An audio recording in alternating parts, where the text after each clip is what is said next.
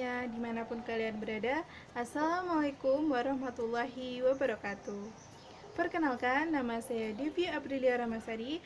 Saya dari jurusan Tadris Kimia, Fakultas Tarbiyah dan Ilmu Keguruan, Institut Agama Islam Negeri Tulungagung. Halo Sobat Kimia. Pada video kali ini kita akan melanjutkan pembahasan dari video sebelumnya. Nah, di musim pandemi sekarang ini kita harus menjaga kesehatan ya teman-teman. Selain menjaga pola makan, kita harus rajin berolahraga seperti jogging atau bersepeda. Nah, pada saat itu, pernah kalian menginjak paku? Pernahkah juga kalian memperhatikan paku yang di dalam rumah dan di luar rumah? Biasanya paku yang di luar rumah itu akan lebih cepat berkarat daripada paku yang di luar rumah. Kira-kira apa ya yang menyebabkan paku tersebut lebih mudah berkarat? Apakah karena terpapar sinar matahari? Atau karena diguyur oleh hujan? Atau karena suhu udara yang di luar? Proses perkaratan pada paku tersebut adalah reaksi kimia secara alami yang berlangsung karena beberapa faktor. Jadi, di video kali ini kita akan membahas lebih lanjut mengenai faktor-faktor yang mempengaruhi laju reaksi. Sebelumnya kalian sudah tahu kan apa itu laju reaksi? Kalau belum tahu, simak video sebelumnya ya. Nah, laju reaksi ini dipengaruhi oleh beberapa faktor seperti luas permukaan, konsentrasi, suhu, tekanan dan volume, dan katalis. Sekarang kita bahas satu persatu ya. Faktor yang pertama adalah luas permukaan. Untuk memudahkan kita dalam memahami faktor satu ini, mari kita simak ilustrasi berikut ini. Ketika kita melakukan percobaan 3 gelas yang berisi air, lalu kita masukkan gula merah dengan ukuran yang berbeda. Gelas A berisi gula merah yang berbentuk balok. Gelas B berisi gula merah yang berbentuk butiran, dan gelas C berisi gula merah yang berbentuk persegi. Menurut teman-teman, gula merah mana yang lebih cepat larut? Ternyata hasilnya, gelas di B, gula merah berbentuk butiran lebih cepat larut dibandingkan gula merah berbentuk lain. Jadi, bagaimana pengaruh ukuran kepingan zat pada terhadap laju reaksi?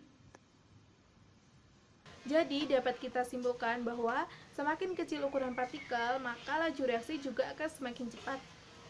Faktor-faktor yang mempengaruhi laju reaksi yang kedua adalah suhu. Bisa kita amati dengan contoh berikut ini. Dua panci A dan B berisi air yang berbeda. Panci A berisi air yang dipanaskan, lalu kedua air dalam panci tersebut sama-sama kita campurkan dengan gula. Dengan kondisi ini, gula manakah yang cepat larut? Ya, gula yang kita masukkan ke dalam panci A berisi air panas akan lebih cepat larut. Bagaimana hubungan antara suhu dan laju reaksi? Jadi, semakin tinggi suhu, semakin cepat gerakan partikel dalam suatu larutan. Kemungkinan tumbukan yang akan terjadi juga akan semakin besar, maka laju reaksi akan semakin cepat. Faktor yang mempengaruhi laju reaksi yang ketiga adalah konsentrasi. Untuk mengetahui pengaruh keduanya, kita lihat labu Erlenmeyer berikut ini. Labu Erlenmeyer keduanya berisi asam klorida yang berbeda. Labu Erlenmeyer A berisi asam klorida dengan konsentrasi 0,5 molar. Dan labu Erlenmeyer B berisi asam klorida dengan konsentrasi 1 molar. Menurut kalian, manakah yang cepat bereaksi? Untuk menjawabnya, kita perlu ingat kembali bahwa reaksi kimia dapat terjadi jika partikelnya saling bertumbukan. Semakin besar konsentrasi, semakin banyak zat yang bereaksi. Akibatnya, tumbukan akan banyak terjadi dan laju reaksi meningkat. Sama halnya pada ilustrasi berikut. Manakah yang lebih mungkin terjadi tabrakan? Jalanan lengang atau padat? Tentunya pada jalanan yang padat ya. Berarti labu Erlenmeyer B lebih cepat bereaksi daripada labu Erlenmeyer A. Jadi dapat disimpulkan bahwa semakin besar konsentrasi, semakin pekat suatu larutan, semakin banyak pula partikel. Akibatnya, tumbukan yang terjadi akan semakin besar, sehingga laju reaksi akan berlangsung lebih cepat. Faktor yang mempengaruhi laju reaksi yang keempat adalah katalis. Tahukah kalian, saat kita makan nasi, karbohidrat yang ada pada nasi akan dicerna di lambung dengan bantuan enzim maltase dan air. Enzim tersebut akan mengubah maltosa menjadi glukosa. Nah, enzim maltase inilah yang disebut dengan katalis. Lalu, apa itu katalis? Katalis adalah suatu zat yang mempercepat laju reaksi kimia pada suhu tertentu tanpa mengalami perubahan atau terpaku oleh reaksi itu sendiri, sehingga pada akhir reaksi zat tersebut dapat diperoleh kembali. Katalis ini akan mempercepat laju reaksi dengan cara mengurangi energi aktivasi. Ada dua jenis katalis, yaitu katalis homogen dan katalis heterogen.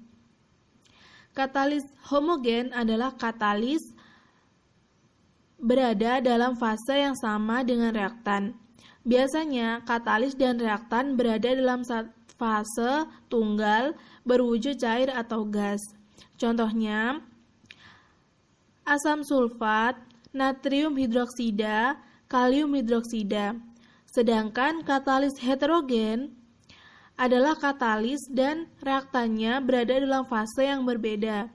Biasanya, katalis berwujud padat seperti logam nikel dan platina, yang biasanya digunakan pada industri-industri untuk menghemat biaya produksi.